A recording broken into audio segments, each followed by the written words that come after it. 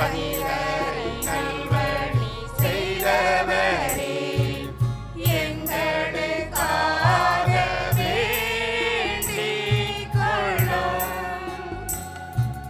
கோபம் நீக்க வரம் பெற்றவா, மோகம் நீக்க உதவியவா, மிருகத்தால் நல்வழி காண்பித்தவா, எங்களுக்காக வேண்டிக் கொள்ளும். அவதத்தை நிர்மூலமாக்கியவா, அஞ்சாமல் நீதியை தெரிவித்தவா, அபத்தமில்லாமல் பேசியவா, எங்களுக்காக வேண்டிக் கொள்ளும். சிறியதோரை ரட்சித்தவா, பிறபொருள் கொடுக்க பிரசங்கித்தவா, தேவ பயங்களை செய்கின்றவா, எங்களுக்காக வேண்டிக் கொள்ளும். பசாசைக்கு பயங்கரமானவரே, பசி துன்பப்படுவோர்க்கு ஆறுதலே, எளியவரே சகாயமே, எங்களுக்காக வேண்டிக் கொள்ளும். வியாதிக்காரரே ஆறுதலே, மரித்தோரை உயிர்ப்பித்த மாதவரே, குருடர்க்கு பார்வை கொடுத்தவரே, எங்களுக்காக வேண்டிக் கொள்ளும். செவிடர்க்கு தொனி கேட்க செய்திட்டவா, ஊமையர் பேச செய்திட்டவா, சப்பாணி நொண்டிகள் நடத்திட்டவா, எங்களுக்காக வேண்டிக் கொள்ளும். காணா பொருள் காண செய்தவரே, கசடர் இதயத்தை அறிந்தவரே, சம்மன சேக்கினையானவரே, எங்களுக்காக வேண்டிக் கொள்ளும். பிதாக்களை அறிந்தவரே, எதிர்வரும் காரியத்தை அறிந்தவரே, அடிமைப்பட்டோரை மீட்பவரே, எங்களுக்காக வேண்டிக் கொள்ளும். பாவிகளுக்கு வெளிச்சமே, வழிதப்பி போவோரின் அடைக்கலமே, அப்போஸ்தலர்களின் சாயலே, எங்களுக்காக வேண்டிக் கொள்ளும். நஞ்சான உணவை அருந்தியவா, சகல ஆத்துமத்தை ரட்சித்தவா, பெருநீழி மலைகளை நிறுத்தியவா, எங்களுக்காக வேண்டிக் கொள்ளும். ஐம்பூலம் என்ற சர்வை மாணிக்கமே, நன்னாக்கு அழியாத மாமூலியே, 13 புதுமைகள் செய்தவரே, எங்களுக்காக வேண்டிக் கொள்ளும். உலகத்தின் பாவங்களை போக்கும் உத்தம செம்மறியாட்டே,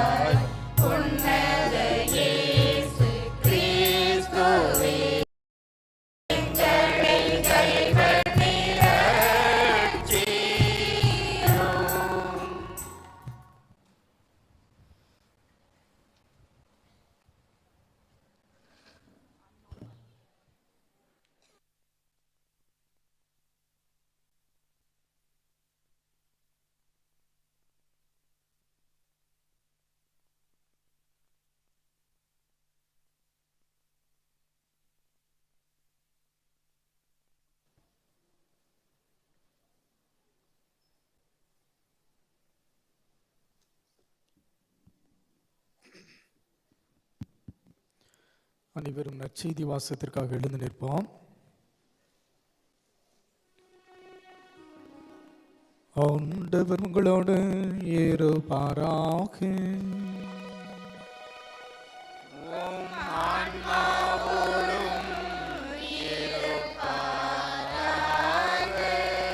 மத்தேயு எழுதிய தூய நற்செய்தியிலிருந்து வாசகம்.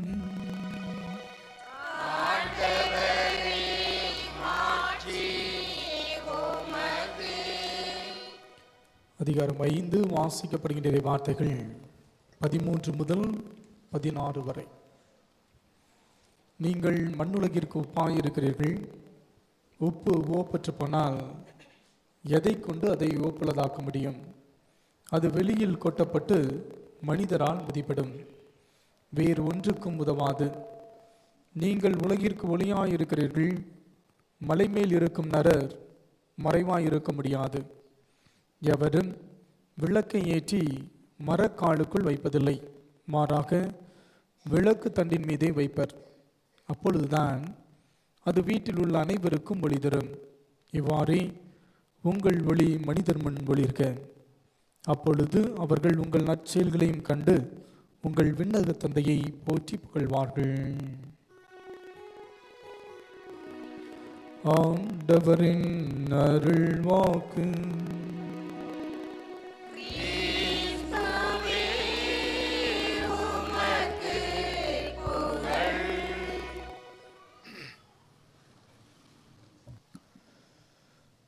கிறிஸ்தியசுவில் பிரியமானவர்களே, கோடியார் புதர் பதுவை அந்தோணியாரினுடைய பாதுகாப்பிலும் அரவணைப்பிலும் நாளும் வளர்ந்து வருகின்ற அன்பு உள்ளங்களே, இந்த நவ நாட்களிலே நம்முடைய கோடியார் புதர் பதுவை அந்தோணியாரினுடைய வாழ்வோடு உரசி பார்த்து நம்முடைய ஆன்மீக வாழ்வை மேன்மைப்படுத்தி கொண்டிருக்கிறோம்.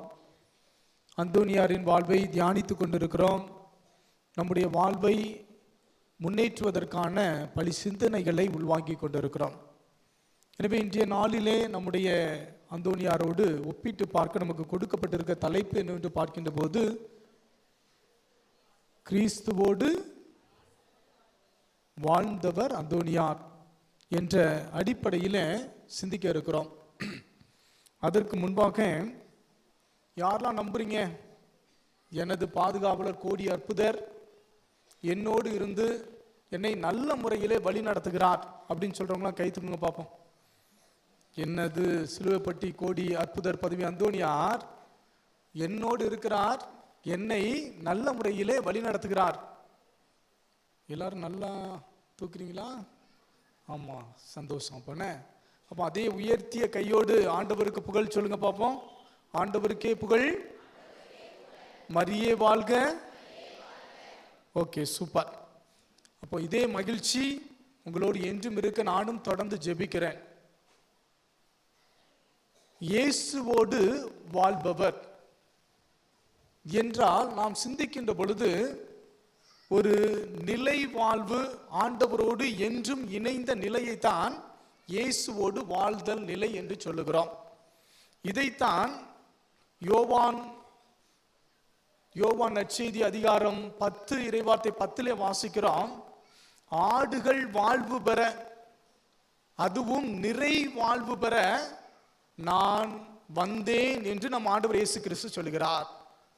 இதை போல யோவான் அதிகாரம் 12 இறைவார்த்தை 50 எடுத்து வாசித்து பார்த்தீர்கள் என்றால் அதிலே சொல்லப்பட்டிருக்கிறது, தந்தையாகிய இறைவனினுடைய திருவுளம் என்னவென்றால் அனைவரும் நிறைவாழ்வு பெற வேண்டும். அப்போ நிறைவாழ்வு என்பது அந்த புனித நிலை, இயேசுவோடு வாழக்கூடிய நிலை, அனைத்தையும் கடந்து அவர் மட்டும்தான் என்று அவருக்காக ஒப்பு கொடுத்து வாழக்கூடிய அந்த நிலைதான் இயேசுவோடு வாழக்கூடிய நிலை என்று பார்க்கிறோம். எனவே அந்தோணியாருடைய வாழ்வை சற்று அலசி பார்க்கின்ற பொழுது பாருங்கள், அவருடைய கனவு, அவருடைய ஆசை எல்லாம் என்னது? தான் ஒரு புனிதராக வாழ வேண்டும், மாற வேண்டும். அதுதான் அவருடைய ஆசை, கனவாக இருந்தது. அப்போ அவர் ஒரு புனிதரா மாறணும், இயேசுவோட மட்டும் இணையணும். என் வாழ்வு அதற்காகத்தான் பிறப்பாக கொடுக்கப்பட்டிருக்கிறது என்று நினைத்த அவர் முதலாக அவர் எடுத்த ஸ்டெப் என்னன்னா பாருங்க, என்ன செய்யறாரு? பீட பூவாக மாறுகிறார், பீட சிறுவராக மாறுகிறார். என்னது, சின்ன வயசுல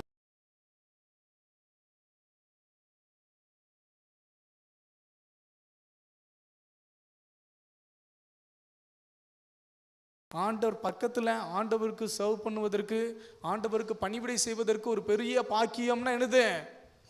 பீடச்சிறுவராக மாறக்கூடிய ஒரு சூழ்நிலை. எனவே முதல்ல அவருடைய ஆசை, நான் ஆண்டவரோடு இருக்கணும், இயேசுவோடு இருக்கணும் அப்படின்னா நான் என்ன செய்ய வேண்டும்? பீடச்சிறுவனா மாறணும் என்று சின்ன வயசிலே அவர் ஆசையோடு சேர்கிறார். சேர்ந்தது மட்டும் இல்லை, நம்ம பீடச்சிறுவர்கள் என்ன செய்வாங்க? திருவிழா நாட்கள் எல்லாரும் இருப்பான், இல்லை ஞாயிற்றுக்கிழமை நாட்கள்ல எல்லாரும் இருப்போம். ஆனால் அந்தோனியார் அப்படி அல்ல. ஒவ்வொரு திருப்பலியிலும் டெய்லி பீடச்சிறுவராக இறைவனுக்கு பணி செய்தார். எனவே அந்த ஆசை அவரை படிப்படியாக வளர்க்கிறது. எப்படி வளர்க்குது? நான் குருவாக மாறணும். அப்போ பாருங்க, 1219 தன்னுடைய 24ஆம் வயதுல அவருக்கு என்ன ஆசை வருகிறது? நான் குருவாக மாறணும். ஒரு சாதாரண மனிதர் அந்த ஒரு சாதாரண அப்பத்துல வசீகர வார்த்தை சொல்லுகின்ற பொழுது எங்கேயோ இருக்கிற இறைவன் இறங்கி வாரார, என்னோடு இணைய போறாரு. அப்படிப்பட்ட ஒப்பற்ற பாக்கியமாகிய அந்த குருத்துவத்தை நான் பெற வேண்டும் என்ற ஆசையில் என்ன செய்கிறார்? குருவாக மாறுகிறார். பாருங்க, குருவா மாறிட்டாரு. ஆனால் அதிலும் அவருக்கு அதுக்கு மேல ஒரு பேராசைன்னு சொல்லுவோம்ல, என்ன ஆசை? நான் உடனே ஆண்டவரோடு இணையணும். அப்போ அவர் ஒரு டொமினிக்கன் சபை துறவி. அப்போ டொமினிக்கன் சபை துறவி என்பவர்கள் என்ன செய்வார்கள்? அவங்களுடைய மடத்தில் இறைவனோடு இணைந்திருக்க ஜெபித்து கொண்டே இருப்பார்கள். இதுதான் அவங்களுடைய பணி. ஆனால் பிரான்சிஸ்கன் சபையினுடைய பணி என்னன்னா, அவங்க என்ன செய்வாங்க? பல இடங்களுக்கு போவாங்க, நற்செய்தி அறிவிப்பாங்க. அதிலும் குறிப்பாக அன்றைய காலகட்டத்தில் பிரான்சிஸ்கன் துறவிகள் ஆப்பிரிக்கா நாட்டுக்கு சென்றுட்டு அங்கு முஸ்லிம் மக்களுக்கு கிறிஸ்துவ அறிவிச்சு பலர் வேத சாட்சியாக, மறை சாட்சியாக மரித்தார்கள். உடனே அந்தோனியாரினுடைய ஆசை பாருங்க, உடனே ஆண்டவரோடு இணைஞ்சிடணும். அதுக்கு ஒரே வழி என்னது? நான் மறை சாட்சியாக மரிக்கணும் அப்படின்னு ஆசைப்படுறார். அப்ப என்ன செய்கிறார் பாருங்கள், சரியாக 1220 பிரான்சிஸ்கன் சபையிலே சேர்கிறார். ஆனால் அவர் நினைத்தபடி உடனடியாக மறைசாட்சியாக மரித்து இறைவனிடம் செல்ல முடியவில்லை.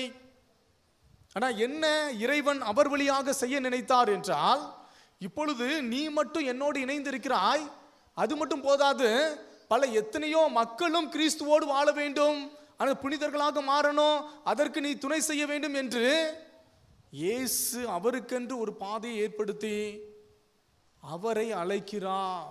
அவன் பார்க்கிறோம், அதுதான் நடந்த நிகழ்வு. 1221 பிரான்சிஸ்கன் சபை, டொமினிக்கன் சபை, 2 சபையை குருமானவர்கள், அதாவது திருத்தொண்டர்கள், அவங்களுக்காக வழிபாடு நடந்து கொண்டு இருக்கிறது.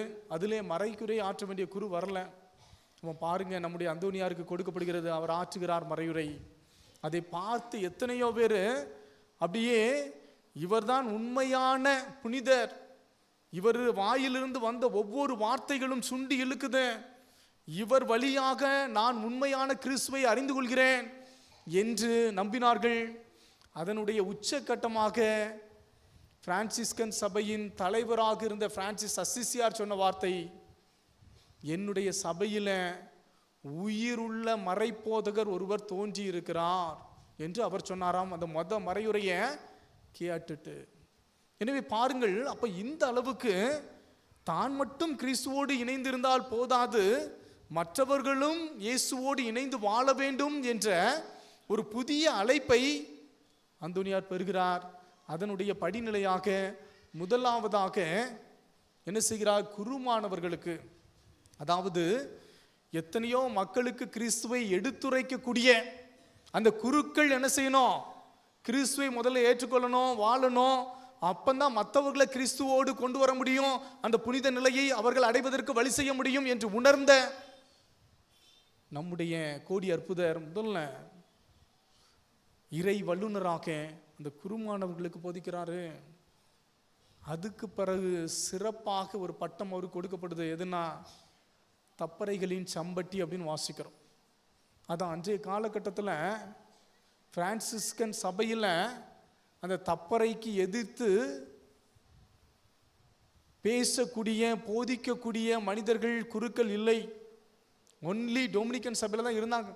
ஆனால் முதலாக நம்முடைய கோடி அற்புதர் பதுவை அந்தோனியாரை பிரான்சிஸ்கன் சபை தேர்ந்தெடுத்து அவரை அனுப்புது. திருச்சபைக்கு, விசுவாசத்திற்கு, கோட்பாடுகளுக்கு எதிராக இருக்கிற மக்களையும் கிறிஸ்துவ அறியணும், கிறிஸ்து தான் உண்மை தெய்வம், கிறிஸ்துவோடு வாழணும் என்று நினைத்த அந்த பிரான்சிஸ்கன் சபை தலைவர்கள் என்ன செய்கிறாரு, நம்முடைய கோடி அற்புதர் பதுவை அந்தோனியார் வழியாக பாருங்க எத்தனையோ மக்களை, பிரிந்தவர்களை கிறிஸ்துவோடு இணைத்தார் என்பதை பார்க்கிறோம். இதனுடைய உச்ச கட்டமாக வாழுகின்ற பொழுதே அவருடைய பணியை சிறப்பாக செய்ததனால் குழந்தை இயேசுவையே நம்முடைய கோடி அற்புதர் கையிலே ஏந்தக்கூடிய பாக்கியம் பெற்றார். அதனுடைய நிறைவாக பார்க்கிறோம். அவர் ஆசைப்பட்டது, நான் இயேசுவை கையில் ஏந்திட்டேன், இயேசுவோடு இணையணும், இயேசுவோடு வாழணும் அப்படின்னு கனவோடு வாழ்ந்த நம்முடைய கோடி அற்புதர் கடைசியா 1231 சரியா ஜூன் 13 இறப்பதற்கு முன்பாக அவர் சொன்ன வார்த்தை, நான் என்னுடைய வான் வீட்டுக்கு செல்கிறேன். அப்போ பாருங்க, அவருடைய ஒரே ஆசை என்னதுதான், இது அவருடைய வீடு அல்ல, மண்ணுலகம், விண்ணுலகம் தான் அவருடைய சொந்தமான வீடு. அதுக்குத்தான் எனக்கு ஒரு குறிப்பிட்ட காலம் கொடுக்கப்பட்டிருக்கிறது, அதுக்காக நான் தயாரித்தேன். முதல்ல ஒரு சாதாரண பீட சிறுவனாக, குருவாக, இறையியல் வல்லுநராக, அப்படியே தப்பறையை போதிக்கக்கூடிய, அப்படியே கொஞ்சம் கொஞ்சமாக என்னுடைய இயேசுவை கையில் ஏந்தி இறுதியாக அவரோடு இணையக்கூடிய அந்த பாக்கியமாகிய புனிதராக மாறக்கூடிய அந்த ஒப்பற்ற நிலையை அடைந்தார் என்பதை பார்க்கிறோம் அவருடைய இறப்புக்கு பின்னால்.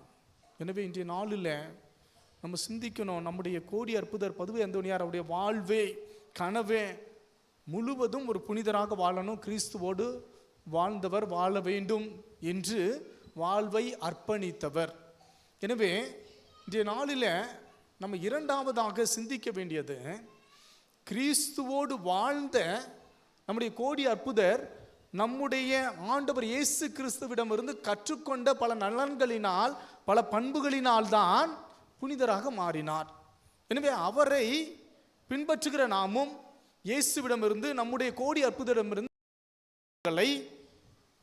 கடைபிடித்தால், பின்பற்றினால் நம்மளும் அந்த புனித நிலைக்கு அடைய முடியும் அப்படின்னு பார்க்கின்ற பொழுது முதல்ல என்ன நினைக்கணும் அப்படின்னா, பாருங்கள், பிலிப்பியருக்கு எழுதிய திருமுகம் அதிகாரம் 2 இறைவார்த்தை 5 முதல் 10 அந்த பகுதியை எடுத்து வாசித்து பாருங்க. அழகா நமக்கு தெரியும், அவர் இறை மகனாக இருந்தாலும் கூட அதை பற்றி பிடித்து கொண்டு இல்லாமல் தன்னையே தாழ்த்தி மனிதனாக அவதரித்து சிலுவையிலே மரித்து நம்மை மீட்டார் என்று பார்க்கிறோம். இப்போ இது எதை குறிக்கிறது என்றால், இறைவனாக இருந்தாலும் கூட அவர் ஒரு தாழ்த்தி ஒரு சாதாரண மனிதனாக வந்ததால் தான் நாம் மீட்பு பெற்றோம். எனவே முதல்ல அந்தோனியார் சொல்லுகிறார், இயேசுவோடு இருக்கணும், இயேசுவை நீ பிரதிபலிக்கணும், இயேசுவோடு வாழணும் அப்படின்னா தாழ்ச்சி இருக்கணும். யார்கிட்ட தாழ்ச்சி இருக்குதோ அங்கு இறைவனால் செயல்பட முடியும். நான் என்ற அகந்தையில, நான் என்ற அறிவியல, பணபலம் இருக்குது என்கின்ற ஒரு மனநிலையோடு வாழக்கூடிய மனிதர்களிலே இறைவன் செயல்பட முடியாது. இதான் பார்க்கிறோம். நம்முடைய அந்தோனியாருடைய வாழ்வு தெரியும். அவர் பெரிய பணக்காரர், இறையியல் படித்தவர், பல புதுமைகள் சின்ன பையனா இருக்கும் போதே செய்யக்கூடிய பாக்கியம் பெற்றவர்.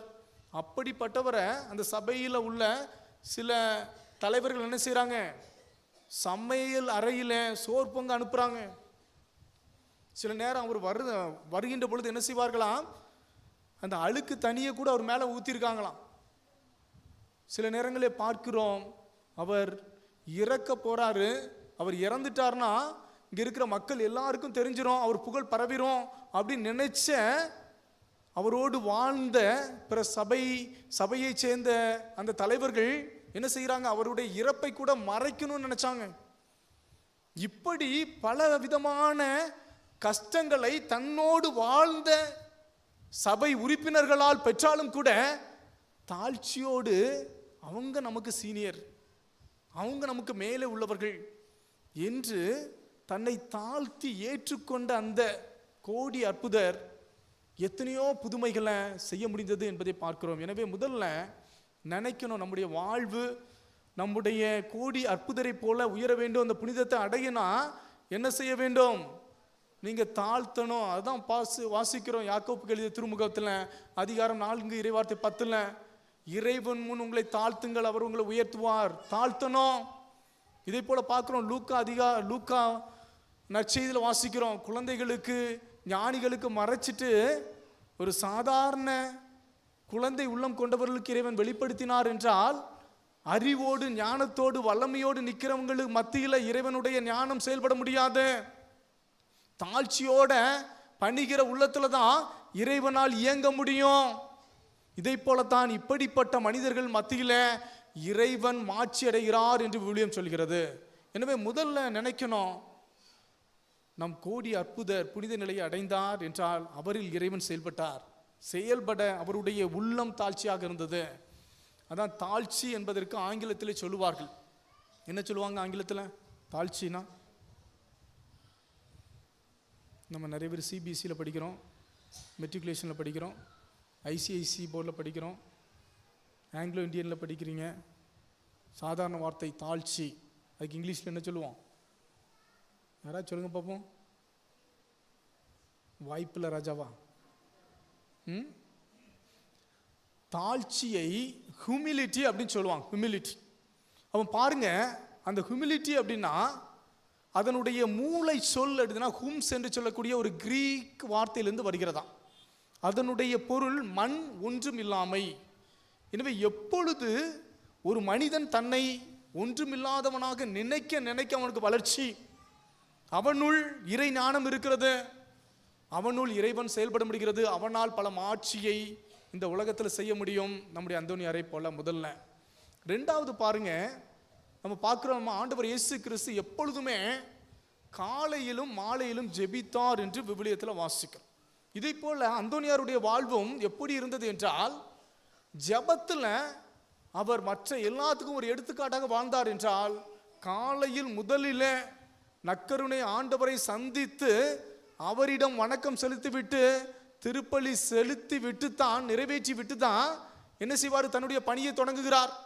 இப்போல எங்கெல்லாமோ அவருடைய மறையுரையை போதிக்க சென்றாலும் கூட பல நேரங்களில் சாப்பிட்றது கிடையாது, உறங்குறது கிடையாது. இருந்தாலும் கூட தன்னுடைய அறைக்கு வந்துட்டாரு அப்படின்னா அப்படியே முழங்கால் படியிட்டு ஜெபிக்காமல் அவர் உறங்குவதில்லை. அதை பார்த்து தான் குழந்தை இயேசுவே இறங்கினார் என்பதை பார்க்கிறோம். எனவே இரண்டாவது, இறைவனோடு வாழக்கூடியவர்கள் எப்பொழுதும் ஜெபிப்பவர்களாக இருப்பார்கள். ஆனால் நம்முடைய ஜெபம் எப்படி இருக்குது? சற்று சிந்தித்து பார்க்க வேண்டும். எப்படி இருக்கும் நினைச்சு பாருங்க. பெரும்பாலானவர்களினுடைய ஜெபம் எப்படி இருக்குன்னா, ஒரு பேரம் பேசுவதாக தான் இருக்குது ஆண்டவர்கிட்ட. எப்படி? ஆண்டவரே, எனக்கு மட்டும் இன்னைக்கு 10th இவ்வளோ மார்க் எடுத்துட்டேன் அப்படின்னா நான் என்ன செய்வேன்? கும்பிடு சார் போடுவேன், இல்லைன்னா எங்கள் அப்பாட்ட சொல்லி அசனம் வைப்பேன், இல்லைன்னா இங்கேருந்து வேளாங்கண்ணிக்கு வந்து மாதாவுக்கு நன்றி செலுத்துவேன் என்று பெரும்பாலும் நம்ம இறைவனிடம் பேரம் பேசக்கூடிய ஜபமாக இருக்குது. இல்லைன்னா சிலர் இருக்கிறோம், என்ன செய்கிறோம்? போயிட்டு அல்லேலூயா ஆமேன் ஆண்டவரே எங்கள் மேல் இறங்கும் அப்படின்னு சொல்லிட்டு ஒரு விதமான ஜப போதையிலே வாழக்கூடிய மனிதர்கள் நிறைய இருக்கிறோம். எப்படின்னா, தண்ணி அடித்தா மறந்த நிலையை போல ஜபத்தில் தன்னை மறக்கக்கூடிய மனிதர்களாக சில குரூப் மாறிக்கிட்டே இருக்குது. இப்படிப்பட்ட ஜபத்தை நம்முடைய அந்தோனியார் செய்யல. அந்தோனியார் இறைவனோடு உரையாடினார், பேசினார். அதுதான் ஜபம். எனவே எந்த அளவுக்கு நான் நேரத்தை ஒதுக்கி இறைவனோடு ஒரு மனிதரை போல பேசுகிறேன் என்று எந்த உள்ள நினைக்குதோ அவர்கள் வழியாக கண்டிப்பாக மாட்சிமை இந்த உலகத்தில் அந்தோனியாரை போல நடக்கும் என்பது இரண்டாவது நினைக்கணும். கடைசியா, அந்தோனியார் ஒரு பாவமற்றவராக வாழ்ந்தார். இதே போல தான் நம்ம இயேசு கிறிஸ்து வாசிக்கிறோம் விவிலியத்தில், பாவம் தவிர அனைத்திலும் மனிதரை போல இருந்தார். எனவே நினைத்து பாருங்கள், இறைவன் மனிதர்களாகிய நம்ம அப்படியே ரசித்து அனுபவித்து படைத்தாராம். கையால் தொட்டு தன்னையுடைய உருவம் அப்படியே பதிஞ்சு அப்படி ஏக்கத்துல படைச்சு விவிலிய வார்த்தை சொல்லுகிறது. சாதாரண மற்ற பொருட்களெல்லாம் படைச்சிட்டு நல்லதென கண்டார் அப்படின்னு தான் வாசிக்கிறோம். ஆனா மனிதனை படைச்சிட்டு மட்டும்தான் மிகவும் நல்லதென கண்டார் என்று விவிலியம் சொல்லுது. அப்போ தன்னை போல படைச்சிட்டான், தன்னை போல பாவம் மட்டும் இருப்பான், தன்னை போல இந்த உலகத்துல மற்றவர்களை அன்பு செய்வான் என்று ஏக்கத்துல இறைவன் நம்ம படைச்சாரு. ஆனால் நம்முடைய பாவத்தால அவருடைய ஆசையை கனவை நம்ம என்ன செஞ்சிட்டோம்? சுக்கு நூறாக உடைச்சிட்டோம். எனவே எப்பொழுதெல்லாம் பாவம் செய்கிறோமோ அப்பொழுது இறைவனை நாம் நொறுக்குகிறோம், இறைவனை விட்டு விலகுகிறோம். நம்மில் இறைவனால் செயல்பட முடியாது, எனவே இறைவனோடு வாழ முடியாது. எனவே இன்றைய நாளிலே சற்று சிந்தித்து பார்த்து இந்த நவ நாட்களில் நான் என் அந்தோனியாரோடும் என் இயேசுவோடும் வாழ்வதற்கு இடையாக இருக்கிறேன். ஏதாவது 1-2 பாவங்களை என்னிடமிருந்து அகற்றி நான் ஒரு புனிதத்தோடு இறைவன் என்னில் செயல்பட நான் எந்த அளவுக்கு முயற்சிக்கிறேன் என்பதை இறுதியாக சிந்தித்து பார்ப்போம். எனவே அன்பு மக்களே, இன்றைய நாளிலே சற்று நம் வாழ்வை அந்தோனியாரோடு தியானித்து கொண்டிருக்கிறோம். அந்தோனியார் இயேசுவோடு வாழ்ந்தார் என்றால் அவர் புனிதர். அந்த நிலையை அடைவதற்கு காரணம் அவரிடம் இந்த தாழ்ச்சி, அவரிடம் இருந்த அந்த பாவமற்ற நிலை, அவரிடம் இருந்த அந்த ஜப வாழ்வு. எனவே இதை நாம் கிறிஸ்துவை போல அந்தோனியார் போல வளப்படுத்துவோம், பெருக்குவோம். நம் வழியாகவும் இந்த மண்ணிலே பலவிதமான நல்ல காரியங்களை இறைவன் செய்து நம்மை ஒரு புனித வாழ்வு வாழ தூண்டுவார் என்பதை உள்வாங்கியவர்களாக தொடர்ந்து இந்த வழிபாட்டிலே பங்கேற்போம். ஆம்.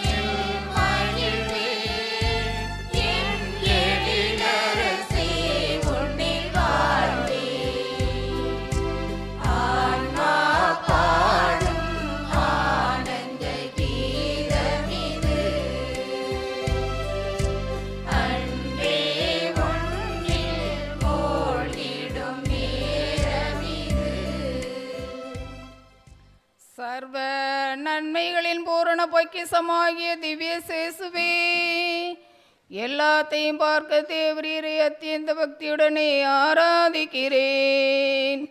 நெறிகட்ட அக்கிரமிகளால் தேவருடைய தேவாலயங்களில் செய்யப்பட்ட சகல திருட்டுகளுக்கும் பரிகாரமாக அடியேன் உம்முடைய பிரமாணிக்கமுள்ள ஊழியர் உமக்கு தோத்திரமாக செலுத்திய உதாரணமான திரவிய தன்மானங்களை பக்தியுள்ள காணிக்கைகளையும் இல்லாமல் என்னை முழுவதும் ஒப்பு கொடுக்கிறேன் சுவாமி. நித்திய சுதிக்குரிய பரிசுத்த பரமதிவ்ய நற்கருணைக்கு சதா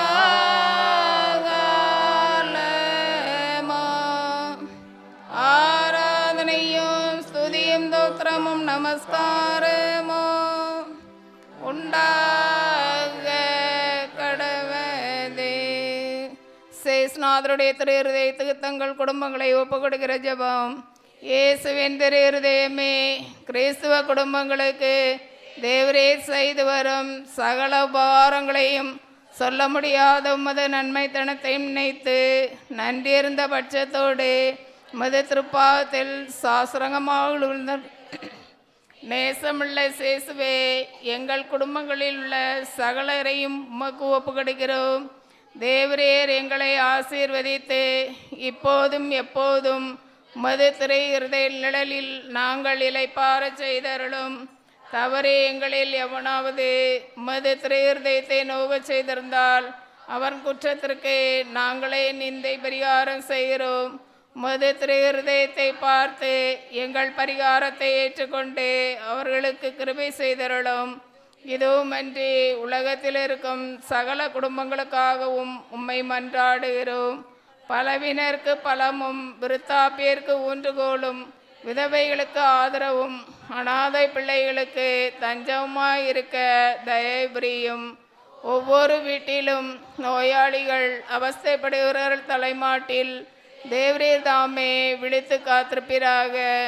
இயேசுவின் இரக்கமுள்ள திரு இருதயமே, சிறு பிள்ளைகளை நீர் எவ்வளவு பட்சத்தோடு நேசித்தீரே, இந்த விசாரணையுள்ள சகல பிள்ளைகளையும் உமக்கு ஒப்பு கொடுக்கிறோம். அவர்களை ஆசீர்வதியும். அவருடைய இருதயத்தில் விசுவாசத்தையும் தெய்வ பயத்தையும் வளரச் செய்யும். ஜீவிய காலத்தில் அவர்களுக்கு அடைக்கலமாகவும் மரண சமயத்தில் ஆறுதலாகவும் இருக்கும்படி உம்மை மன்றாடுகிறோம். திவ்ய சேசுவே, முறைமுறையாய் உமது திரு சிநேகத்தில் ஜீவித்து மரித்து நித்திய காலமும் எங்கள் குடும்பம் முழுவதும் உம்மோடு இளைப்பார கிருபை புரிந்தருளும். ஆமேன்.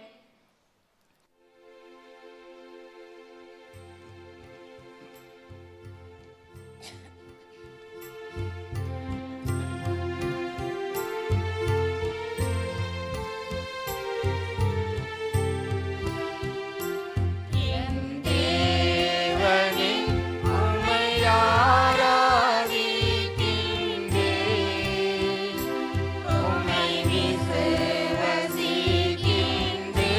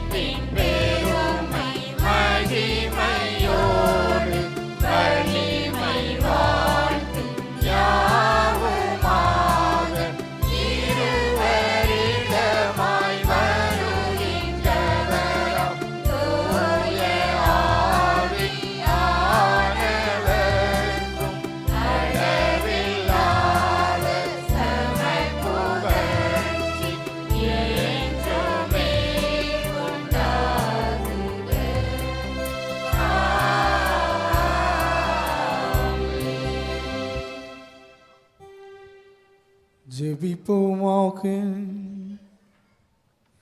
இறைவா, இந்த வியப்புக்குரிய திருவருள் சாதனத்தில் உம்முடைய திருப்பாடுகளின் நினைவை எங்களுக்கு வேட்டுச் சென்றி உமது திருவுடல் திருரத்தம் ஆகியவற்றின் மறைவர்களை வணங்கும் நாங்கள் உம்மை பின்பலனை இடைவிடாமல் அனுபவிக்க அருள் புரியும்.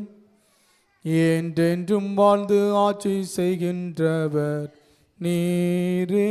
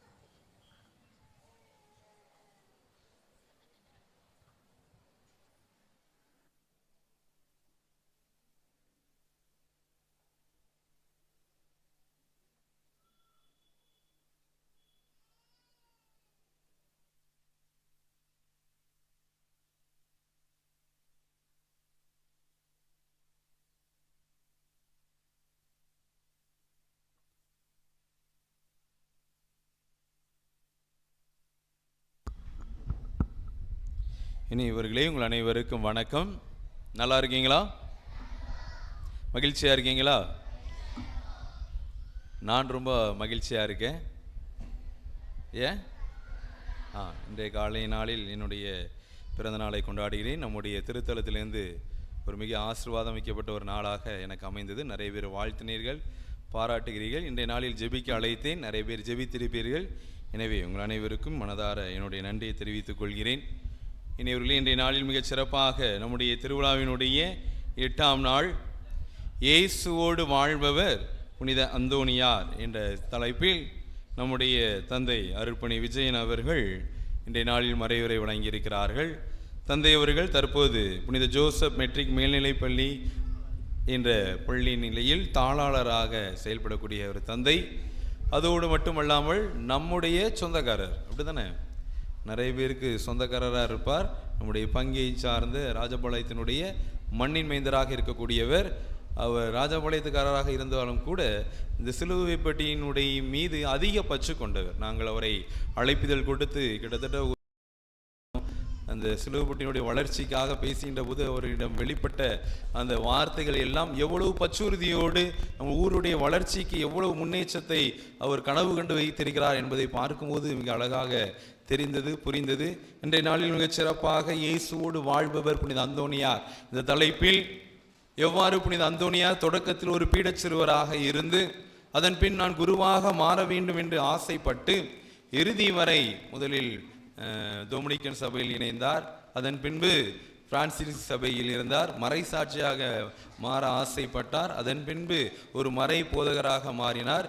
இறுதியில் தான் சாகும்போது கூட இந்த புனித நாளுக்காக காத்திருக்கிறேன் என்ற ஒரு வார்த்தையை சொல்லி இறந்தார். இது எல்லாவற்றுக்கும் காரணம் புனித அந்தோனியார் கொண்டிருந்த தாழ்ச்சி. தாழ்ச்சி என்றால் என்னிடம் ஒன்றுமில்லை, எல்லாம் கடவுளால் இயலும் என்ற ஒரு நிலையை புனித அந்தோனியார் கொண்டதால் தான் இவ்வளவு வல்லமை மிக்க ஒரு மாபெரும் புனிதராக, மக்கள் தேடும் புனிதராக மாறியிருக்கிறார். நாமும் நம்முடைய வாழ்க்கையில் இந்த தாழ்ச்சியை நாம் அணிந்து கொண்டால் அந்தோனியாருடைய பிள்ளைகளாக மாற முடியும் என்ற ஒரு மாபெரும் அழைப்பை இன்றைய நாளில் கொடுத்திருக்கிறார். எனவே அப்படிப்பட்ட ஒரு சிந்தனை வழங்கிய நம்முடைய தந்தை அருட்பணி விஜயன் அவர்களுக்கு நம்முடைய நன்றி சொல்லி, திருவிழா வாழ்த்தை சொல்லி ஆண்டவர் பேரால் அவரை ஆசீர்வதிப்போம்.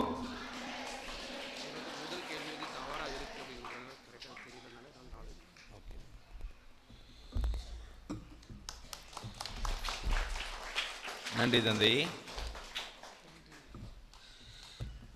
இனியவர்களே, இன்றைய நாளில் திருயாத்திரை காணிக்கையாக அமலோற்ப மாதா இளம்பெண்கள் சபையினர் ஒரு செட் சிமிழிக்குள் மெழுகுத்திரி மற்றும் தண்ணீரச கிண்ணம் காணிக்கையாக வாங்கி கொடுத்திருக்கிறார்கள். எனவே அமலோற்ப மாதா சபைகளுக்கு பலத்த கரங்களை தட்டி கோயிலே அதிர்ற மாதிரி தட்டுங்க, சரிங்களா?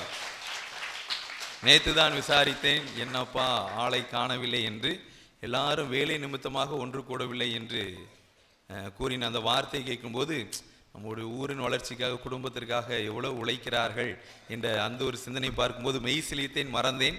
கொஞ்சம் பங்கு தந்தைக்காக கொஞ்சம் உழைச்சிக்கினே கொஞ்சம் நல்லா இருக்கும். ஒன்றும் இல்லை, நாடா மட்டும் அப்பப்போ போட்டுக்குவாங்க, வேற ஒன்றும் இல்லை, சரிங்களா? ஏன்னா ஒரு தொன்மை வாய்ந்த ஒரு மாபெரும் ஊர் நம்முடைய ஊர். இந்த பகுதியிலேயே அதிக ஆண்டு இருப்பிடத்தை கொண்ட ஒரு ஊர். மாதா சபையினுடைய வரலாறு எழுத்துக்களால் பொறிக்கப்பட வேண்டிய ஒரு வரலாறு. இன்று எப்பா வாங்கன்னு வீடு தேறி அருட்சகோதரியும் அருட்தந்தையும் அழைத்தும் இன்று ஒன்று கூட்ட முடியாத ஒரு நிலையில் இருக்கும்போது அது சற்று தலைக்குனிவாக இருக்கிறது. எனவே இது மாதா சபை பிள்ளைகளுக்கு நான் சொல்லலை, வீட்டுகளை வச்சிருக்கிற பெற்றோருக்கு தான் நான் சொல்றேன். எவ்வளவுத்துக்கு நீங்க ஒரு பாரம்பரியத்தை நீங்க மாத்துறீங்க பார்த்தீங்களா பெற்றோர்கள். அது சின்ன சின்ன சாக்கு பூக்கெல்லாம் சொல்லி அது சொல்றாங்க, இது லொட்டை, அது சொல்றாங்க, இதை சொல்றாங்கன்ட்டு. இது வெளியே வேலைக்கு போறாங்கனாலும் அங்கேயே நிறைய பிரச்சனைகள் இருக்கும், படிக்க போனா அங்கேயே நிறைய பிரச்சனைகள் இருக்கும்.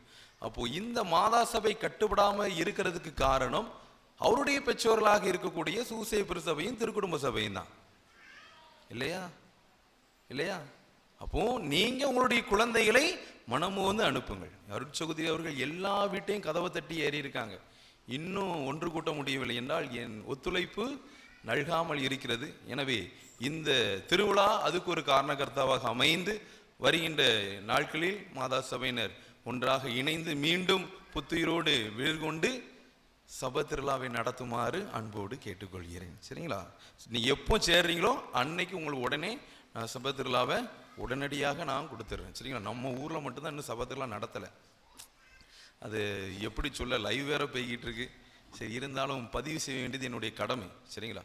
அது ஒரு மாபெரும் தலை குனிவு. அது இது நாள் வரைக்கும் இந்த வரலாற்றில் நடந்துச்சானே தெரியல. அதனால எல்லா சபையும் ரொம்ப ஆடம்பரமாக கொண்டாடினாங்க. அந்தோனியார் சபை திருவிழா கூட மிக சிறப்பாக நடைபெற்றது. ஆனால் அமலோற்ப மாதா சபை திருவிழா நடைபெறவில்லை என்றால் அது எவ்வளவு பெரிய மாதாவுக்கு செய்யக்கூடிய ஒரு மாபெரும் தலை குனிவு. அந்த சபையில் இருக்கவங்க எல்லாருமே மாதாக்கள். அது மாதாவுக்காக நான் மாதாவாக மாறுறேன் அப்படின்னு சொல்லி உள்ள வர்ற ஒரு சபை. ஆனால் தயவு செய்து இந்த அமலோற்ப மாதா சபையை பூட்டி வைக்காதீர்கள், சிறையில் எடுக்காதீர்கள். வீட்டை விட்டு வெளியே அனுப்பி சபைக்கு உற்சாகப்படுத்துமாறு திருக்குடும்ப சபையும் சூசைப்பர் சபையும் அன்போடு நான் கேட்டுக்கொள்கிறேன். புரிஞ்சிருக்கும்னு நினைக்கிறேன். பெற்றோர்களுக்கு தான் இந்த அழைப்பு. சரிங்களா? சரிங்களா? நம்புகிறேன், நம்புங்கள். ஜெபிச்சியும் செஞ்சுட்டேன். நல்லது உங்கள்கிட்ட இருந்து நடக்கட்டும், உங்கள்கிட்ட இருந்து நடக்கட்டும். இன்றைய நாள் நிகழ்வு சிறப்பாக இன்றைய நாள் முழுவதும் இந்த நிகழ்வுகளை சிறப்பித்தவர்கள் புனித அந்தோணியார் உயர்நிலைப்பள்ளி ஆசிரியர்கள் மற்றும் மாணவியர்கள். பல ஆண்டு காலம் கழித்து இந்த ஆண்டில் மீண்டும் அவர்கள் இந்த திருப்பலியை சிறப்பித்திருக்காங்க. இன்றைய நாள் முழுவதும் சிறப்பித்திருக்கிறார்கள். எனவே அவர்களுக்கு நம்முடைய கரங்களை தட்டி நம்முடைய நன்றி சொல்லி வாழ்த்தை சொல்வோம். ஆண்டவர் பேரால் அவர்களை ஆசீர்வதிப்போம். இனி அவர்களை புனித அந்தோணியார் உயர்நிலைப்பள்ளியினுடைய ஆண்டு விழாவானது சரியாக 8:30 மணிக்கு ஆரம்பிக்கப்படும். அதனால தான் மிக விரைவில் முடித்திருக்கிறோம். போன நேரத்தை 8:45 சொன்னோம். ஆனால் கொஞ்சம் நேரம் கொடுத்ததுனால இன்றைக்கி உங்களுக்கு அரை மணி நேரம் கொடுத்துருக்கோம். சாப்பிட்டு தயவு செஞ்சு 8:30க்கு வந்துடுங்க. ஏன்னா பள்ளி குழந்தைகள் மறுநாள் ஒரு பள்ளி இருக்கிறது. நமது பகுதியில் மட்டும் உள்ள மக்கள் இல்லை, எல்லா பகுதியில் உள்ள மக்கள் வருகிறார்கள். எனவே குழந்தைகளுடைய உடல் நலத்தை கருதி 8:30 என்பதை முடிவெடுத்திருக்கிறோம். ஒத்துழைப்பு கொடுத்து கூடிய மட்டும் 8:20க்கெலாம் வந்துடுங்க. சரிங்களா? கூடிய மட்டும் மிக விரைவில் வருமாறு உங்களை அன்போடு கேட்டுக்கொள்கிறேன். நாளை நாளுக்கான நிகழ்வு. நாளை நம்முடைய திருவிழாவினுடைய 9வது நாள். நாளை நாளுக்கான சிந்தனை குழும வாழ்வின் மாதிரி புனித அந்தோணியார். காலை 6 மணிக்கு ஜெபமாலையும் 6:30 மணிக்கு நவநாள் திருப்பலி நடைபெறும். அதை தலைமையேற்று மறையுரை வழங்குவர்கள் அருப்பணி லாரன்ஸ் அவர்கள், பங்குத்தந்தை புதுக்கோட்டை. நாளை 12 மணி அளவில் அருளிக்கத்துக்கு முன்பாக ஜெபமாலையும் அந்தோணியார் ஜபங்களும் படிக்கப்படும். மாலை அருப்பணி அன்பு செல்வன் பங்குத்தந்தை கடவுளம் அவர்கள் குழுமவாதரின் மாதிரி புனித அந்தோணியார் என்ற தலைப்பை மறைவுரை வழியாக நமக்கு தர இருக்கிறார்கள். நாளை நாளுக்கான அனைத்து நிகழ்வுகளையும் சிறப்பிக்கக்கூடியவர்கள் புனித அந்தோணியார் ஆர்சி தொடக்கப்பள்ளி ஆசிரியர்கள் மற்றும் மாணவ மாணவியர்கள்.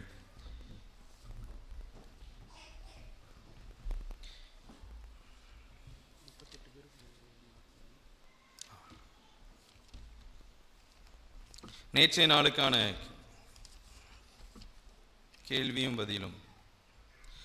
கடவுளை கண்ட திருவிழை மாந்தர்கள் யார் யார்? அருட்பணியாளர்கள் கூறியதிலிருந்து உதாரணமாக கூறுக. மோசே, யோனா, சக்கேயு.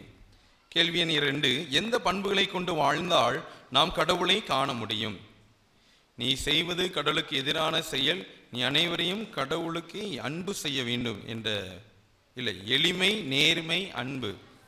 சரி, அடுத்த கேள்வி கொண்டாட பதில வாசினேன். எளிமை, நேர்மை, அன்பு, இந்த 3 பண்புகளை கொண்டால் நாம் கடவுளை காண முடியும் என்று தந்தை அவர்கள் அழைத்தார்கள். 3வது கேள்வி, அன்பு என்ற தலைப்பிற்கு புனித அந்தோணியார் பிரபு என்ற நபரிடம் கூறிய வார்த்தைகள் எவை? அதுதான் இந்த பதில். நீ செய்வது கடவுளுக்கு எதிரான செயல், நீ அனைவரையும் அன்பு செய்ய வேண்டும். அவர் இதயம் இவரின் உடம்பில் இல்லை, அவர் வீட்டில் உள்ள பணப்பெட்டியில் உள்ளது. இதுதான் புனித அந்தோணியார் பிரபு என்ற நபரிடம் கூறிய வார்த்தை. இந்த மறையுரை போட்டியில் கலந்து கொண்டவர்களுடைய எண்ணிக்கை 144. கரங்களை தட்டி உற்சாகப்படுத்துவோம். நேற்றைய நாளை காட்டிலும் சிறப்பாக அதிக நபர்கள் பங்கெடுத்திருக்கிறார்கள். அதில் சரியான பதிலை எழுதியவர்கள் 108 பேர். 36 பேர் கொஞ்சம் இந்த 3வது கேள்வியில் கொஞ்சம் தவறி இருப்பாங்கன்னு நினைக்கிறேன்.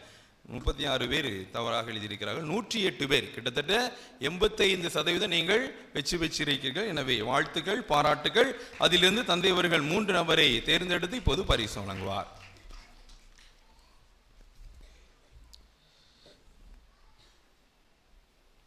ஏ ஆண்டனி மில்கியா, வேளாங்கண்ணி அன்பியம்.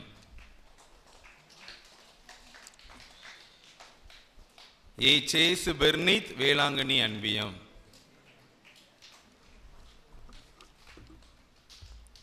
ஆண்டனி ஃபாத்திமா, வேளாங்கண்ணி அன்பியம். அட வேளாங்கண்ணி, வேளாங்கண்ணி தாயினுடைய அருள் இன்னைக்கு ரொம்ப இருக்குன்னு நினைக்கிறேன். 3மே வேளாங்கண்ணி அன்பியம்.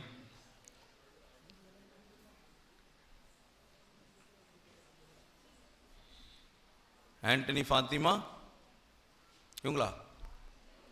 நீங்களா எழுதுனீங்க? வாழ்த்துக்கள்.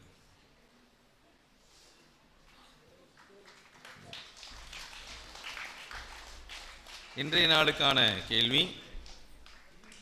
கேள்வி எண் 1. புனித அந்தோனியார் இறப்பதற்கு முன் கூறிய வார்த்தைகள் என்ன? புனித அந்தோனியார் இறப்பதற்கு முன் கூறிய வார்த்தைகள் என்ன? கேள்வி எண் 2. நம்மிடம் எந்த எந்த குணங்கள் இருந்தால் நாம் கடவுளோடு வாழ முடியும்? நம்மிடம் எந்த எந்த குணங்கள் இருந்தால் நாம் கடவுளோடு வாழ முடியும்? கொஞ்சம் பதில ஏற்கனவே நான் நன்றி சொல்லும்போது சொல்லிட்டேன். கேள்வி எண் 3. நாம் எப்பொழுது இறைவனிடம் இருந்து விலகி வாழ்கின்றோம்? நாம் எப்போது இறைவனிடமிருந்து விலகி வாழ்கிறோம்?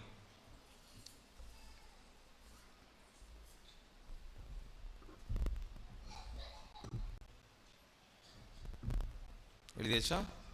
நன்றி.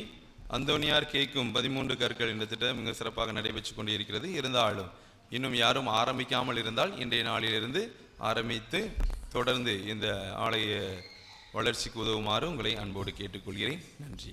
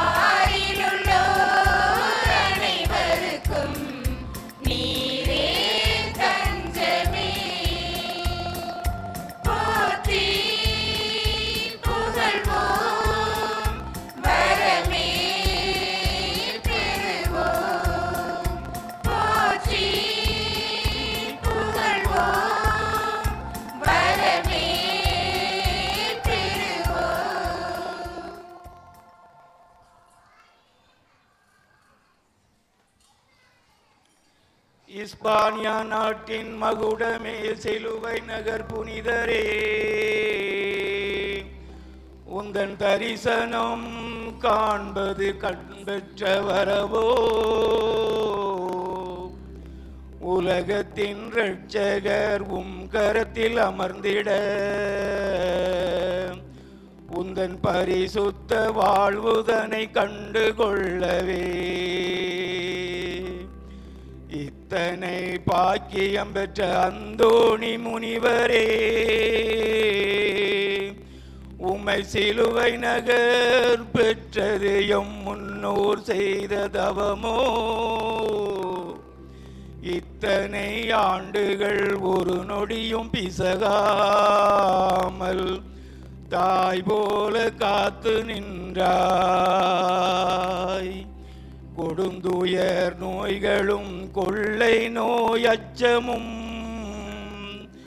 எம்மை விட்டு நீங்க செய்தீர்.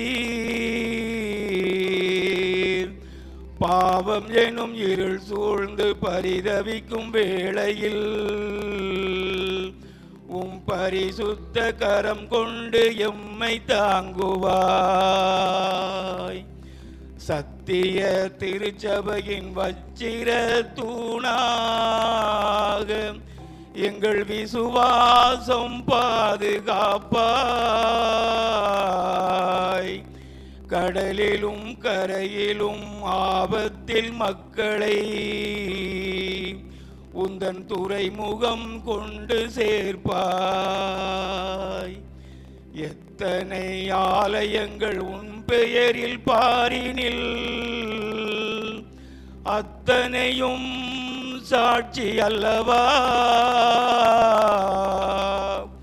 சாத்தானின் சூழ்ச்சியும் அகால மரணமும் நேராமல் மோட்சம் சேர்ப்பாய். சமுத்திர மச்சங்களும் குரல் கேட்கவே கரையோரம் கூடி நிற்க திருத்தலம் நாடி வரும் ஏழையடியோர்களின் கண்ணீரை பாருமையா. இம்மாபெரும் புனிதரை தந்திட்ட முன்னோர்க்கு 1000 நன்றி சொல்வோம். வாழிய வாழிய அந்தோணி முனிவரே, புகழ் வாழியவே. புதுமைகள் புரிந்திடும் சிலுவை நகர் புனிதரே, நல்லாசீர் தந்தருள்வாய். கருணை சரி தந்தை அந்தோணி எனும் நேசனே, கமலத்திலங்கும் அரசே.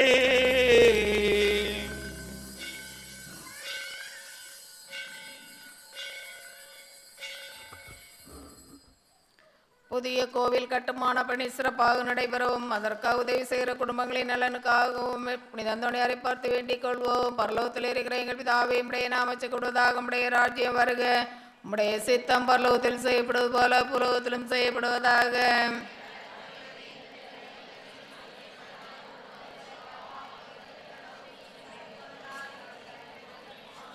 அருள் நிறைந்த மரியாயே வாழ்க, கர்த்தருடனே பெண்களுக்குள் ஆசீர்வதிக்கப்பட்டவள் நீரே. உம்முடைய திருவயிற்றின் கனியாகிய இயேசுவும் ஆசீர்வதிக்கப்பட்டவரே.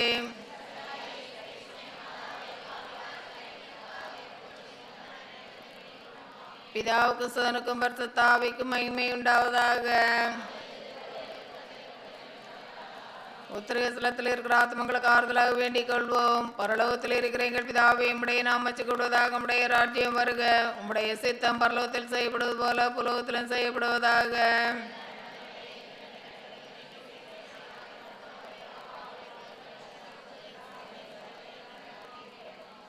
அருள் நிறைந்த மரியாயே வாழ்க, கர்த்தருடனே பெண்களுக்குள் ஆசீர்வதிக்கப்பட்டவள் நீரே. உம்முடைய திருவயிற்றின் கனியாகிய இயேசுவும் ஆசீர்வதிக்கப்பட்டவரே.